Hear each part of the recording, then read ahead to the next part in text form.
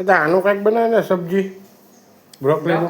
Broccoli આવી તો સબ્જી મેં ક્યાં ભાઈડી નથી. આખા ઇન્ટરનેટમાં જોઈ, યુટ્યુબમાં જોઈ, ફેસબુકમાં જોઈ, બધે જોઈ, પણ ક્યાં ભાઈડી નથી. ચાલો આપણે આજે નવી રેસીપી ટ્રાય કરીએ. આપણે બનાવીએ ને, લોકો ન બનાવે એવું બનાવીએ આપણે. ઓકે, બ્રોકલીની રેસીપી બનાવવા માટે, સબ્જી બનાવવા માટે અહીંયા બ્રોકલી, બટેટા, ટામેટા, કાંદા, આદુ મરચાં લસણની પેસ્ટ, ગરમ મસાલો અને બેસિક મસાલા આપણા ઘરના. આપણે આજે નવી સબ્જી બનાવીએ, કંઈક ન્યૂ.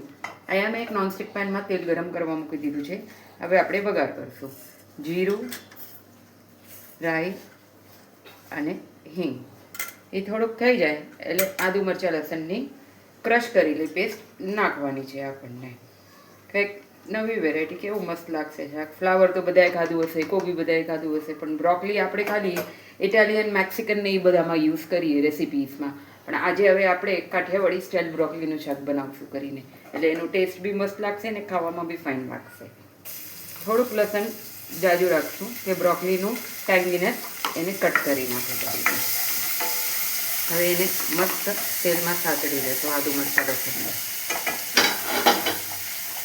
એ થઈ જાય એટલે અહીંયા મેં બારીક કાપેલી ડુંગળી રાખી છે, એ નાખી દેવાની છે અને એને ચડવા દેવાની છે થોડીક 2 મિનિટ માટે. ફ્રેન્ડ્સ, જો તમને મારા વિડીયો ગમતા હોય તો મારા ચેનલને લાઇક કરજો, શેર કરજો, કમેન્ટ કરજો અને પ્લીઝ પ્લીઝ પ્લીઝ સબસ્ક્રાઈબ કરજો કરીને. ડેલી તમને આવા નવા વિડીયોઝ જોવા મળશે, ન્યૂ રેસિપી સાથે કરીને. હું આજે આ સબ્જી ફર્સ્ટ ટાઈમ બનાવું છું. તમે પણ ડેફિનેટલી આ સબ્જી બનાવજો અને કમેન્ટમાં મને જણાવજો કે આ રેસીપી તમને કેવી લાગી કરીને. હવે આપણા કાંદા ચડી ગયા છે ફ્રેન્ડ્સ. હવે એમાં ટામેટા નાખશું આપણે. એને થોડુંક મિક્સ કરી ને પછી મસાલા એડ કરી દઈશું, મીઠું ને એવું બધું, એટલે ટમેટા આપણા કૂક થઈ જાય. હવે એમાં આપણે સ્વાદ પ્રમાણે મીઠું,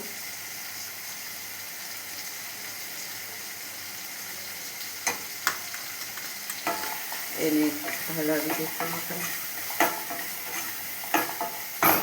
હવે બીજા મસાલા,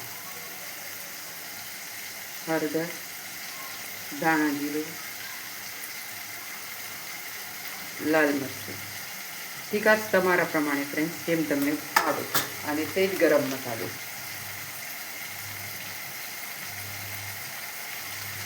બધાને આપણે મિક્સ કરી દઈશું.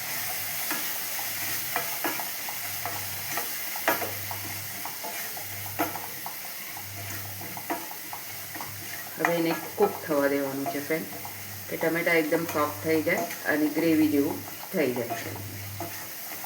હવે અહીંયા મેં બારીક બટેટા કાપીને રાખ્યા છે, આપણે એને એમાં એડ કરી દેવાના છે. તમે એમાં કાંઈ પણ વસ્તુ સબ્જી એડ કરી શકો છો. હું બટેટા નાખીને બનાવવાની છું. તમે વટાણા છે કે બીજું કાંઈ છે જે તમને ભાવતું હોય એ નાખી તમે કરી શકો છો. હવે બટેટાને આપણે એમાં મિક્સ કરી દીધું. હવે એમાં બ્રોકલી નાખી અને પછી આપણે ઢાંકણ ઢાંકીને એને કૂક કરવાનું છે. ફ્રેન્ડ્સ, બ્રોકલીને પાણીમાં 2-5 મિનિટ પલાળી ક્લીન કરી અને પછી જ યુઝ કરજો કરીને.